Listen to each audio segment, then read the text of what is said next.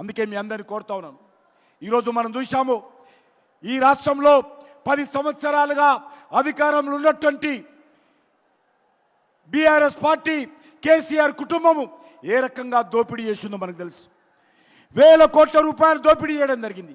అది కాళేశ్వరం సాగునీటి ప్రాజెక్టు కానీ, లేక లిక్కర్ బిజినెస్లో కానీ, ఇసుక వ్యాపారంలో కానీ, గ్రానైట్ వ్యాపారంలో కానీ, గొర్రెల పంపిణీలో కానీ, మన్నిరేగాల్లో కానీ, దళిత బంధులో కానీ, భూ వ్యాపారంలో కానీ, ఈరోజు కాంట్రాక్టుల దగ్గర పూర్తిగా ఈ ప్రభుత్వము గతంలో ఏ రకంగా తెలంగాణ సమాజాన్ని దోపిడీ చేసిందో, ఈరోజు తెలంగాణ దోపిడీ చేసింది సరిపోలేదని చెప్పి ఢిల్లీకి వెళ్ళి, ఢిల్లీలో కూడా కేసీఆర్ కుటుంబము, కేసీఆర్ కూతురు కవిత ఏ రకంగా అక్రమంగా ఆపు ప్రభుత్వంతో కలిసి లిక్కర్ వ్యాపారంలో ప్రజాధనాన్ని దోపిడీ చేసిందో, ఏ రకంగా లిక్కర్ కుంభకోణానికి పాల్పడిందో మనం చూసాము. ఇది చాలా తెలంగాణ సమాజం అంతా కూడా ఈరోజు తల దించుకోవాల్సినటువంటి పరిస్థితి ఏర్పడింది. తెలంగాణను 10 సంవత్సరాలుగా దోచినటువంటి కేసీఆర్ కుటుంబము ఢిల్లీకి వెళ్ళి లిక్కర్ బిజినెస్లో ఈరోజు అక్రమాలకు పాల్పడి తెలంగాణ సమాజం అంతా కూడా తల దించుకునే విధంగా ఈరోజు కేసీఆర్ కుటుంబం వ్యవహారం చేసింది. ఈరోజు కాంగ్రెస్ పార్టీ మళ్ళీ అధికారంలోకి వచ్చింది. గతంలో 10 సంవత్సరాలు కాంగ్రెస్ పార్టీ రాష్ట్రాన్ని పరిపాలించింది. మళ్ళీ మొన్న టీఆర్ఎస్ పార్టీ 10 సంవత్సరాలు పరిపాలించింది. మళ్ళీ ఈరోజు కాంగ్రెస్ పార్టీ అధికారంలోకి వచ్చింది. కాంగ్రెస్ పార్టీ కుక్కతోక వంకరినట్టుగా ఈరోజు తన అవినీతి కార్యక్రమాలు మళ్ళీ తెరలేపడం జరిగింది. ఇచ్చిన 6 గ్యారంటీలు అమలు చేసే పరిస్థితి లేదు. 100 రోజులైంది కాంగ్రెస్ పార్టీ అధికారంలోకి వచ్చి. 100 రోజుల్లో 6 గ్యారంటీలు అమలు చేస్తామని చెప్పారు.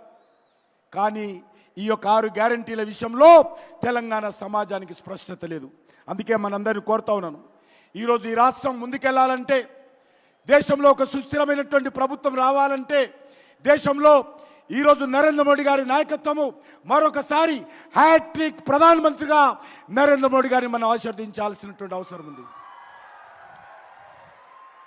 అంతేకాకుండా ఈరోజు గత 10 సంవత్సరాలుగా నరేంద్ర మోడీ గారి నాయకత్వంలో తెలంగాణకు అండగా ఉన్న విషయాన్ని మనవి చేస్తా ఉన్నాను.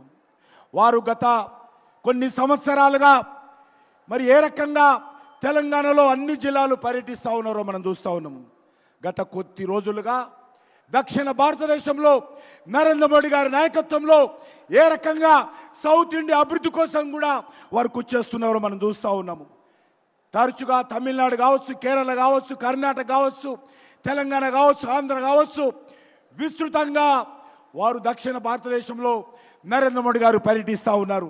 వారు మన మధ్యకు వస్తూ ఉన్నారు, అభివృద్ధి కార్యక్రమాలను ప్రారంభిస్తూ ఉన్నారు, మనందరితో మాట్లాడుతూ ఉన్నారు. ముఖ్యంగా తెలుగు ప్రజలతో నరేంద్ర మోడీ గారు ఏ రకంగా మమేకమై పనిచేస్తున్నారో మనం చూస్తున్నాం. తెలుగు భాషలో ఈరోజు వారు నేర్చుకోవడం కోసం కృషి చేస్తూ ఉన్నారు. ఈరోజు తెలుగు వాడిగా మనం గర్వపడాలి. తెలుగు భాషను కూడా మన ప్రియతమ ప్రధానమంత్రి గారు ప్రోత్సహిస్తూ ఉన్నారు. తెలుగు భాషలో స్వయంగా ప్రధానమంత్రి గారు మాట్లాడుతూ ఉన్నారని మనవి చేస్తూ ఉన్నాను.